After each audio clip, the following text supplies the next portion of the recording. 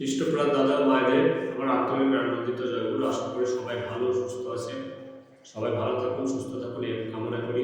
আমরা ঠাকুরের দয়ায় ভালো সুস্থ আছি।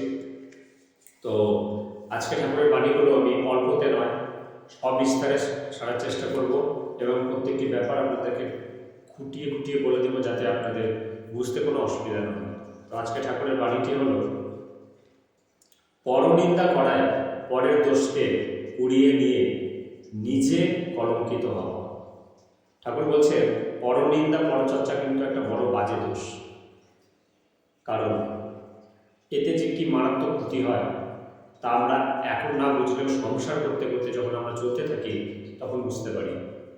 ঠাকুর বলছেন পরনিন্দা করা, পরের দোষকে কুড়িয়ে নিয়ে নিজে কলঙ্কিত হওয়া। আমি যদি দিনের পর দিন এক অন্য মানুষের পরনিন্দা করতে থাকি, তার সম্বন্ধে সুখ্যাতি না করে কুখ্যাতি করি, তার সর্বদা মন্দটাই দেখি, তাহলে কি হবে? আমি যে যে জিনিসগুলো তার দেখছি, ঈশ্বর বলছেন তুমি যদি কারো ভালো দেখো তো তুমি ভালো হবে, তুমি যদি কারো খারাপ দেখো, পরনিন্দা করো, পরচর্চা করো, সেই দোষগুলো কিন্তু তোমার কাছে রিটার্ন আছে। এটা হচ্ছে প্রকৃতিগত নিয়ম।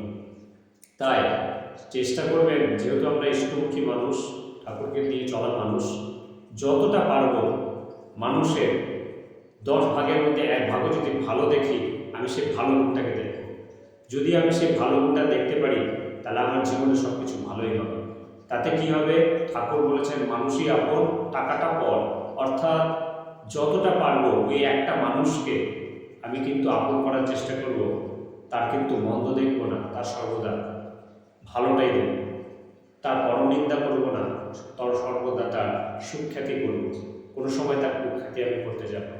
যদি আমি সুখ্যাতি করে চলতে পারি, যদি আমি তার ভালো জিনিসটাকে দেখতে পারি, তাহলে অদূর ভবিষ্যতে আমার সাথে সেই একই জিনিসই হবে। তখন আমার অপরের মানুষ দিকে যে মানুষগুলো রয়েছে, সে জানবে যে এই মানুষটা কোনো সময় আমার খারাপ কথা কিছু বলেনি, সে সর্বদা চেষ্টা করবে আমার সর্বদা ভালো করার। তাই ঠাকুর বলছেন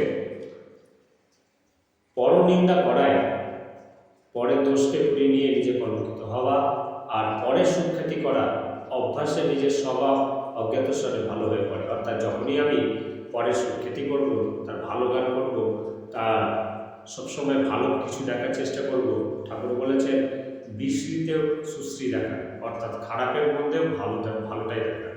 যখন আমি খারাপের মধ্যে ভালোই দেখব, তো জ্ঞাতসারেই হোক আর অজ্ঞাতসারেই হোক, আমার মধ্যে কিন্তু ভালো জিনিসটাই ঢুকে পড়বে। কারণ যেমন হবে আমার চলন, তেমন হবে আমার বলন। তাই আমি চলন বলন যদি ঠিক রাখি, তাহলে আমার মধ্যে সমস্ত কিছু ভালোই হবে, মঙ্গলই হবে। কারণ সব কিছু ঠাকুর মেপে ঝেপে আমাদের জীবনে দেয়। তাই সর্বদা চেষ্টা করবেন, সর্বদা পরনিন্দা পরচর্চা থেকে বিরত থাকবেন, পরে সুখ্যাতি করবেন, তার দোষটা না থেকে তার গুণটাই দেখবেন। জয় গুরু।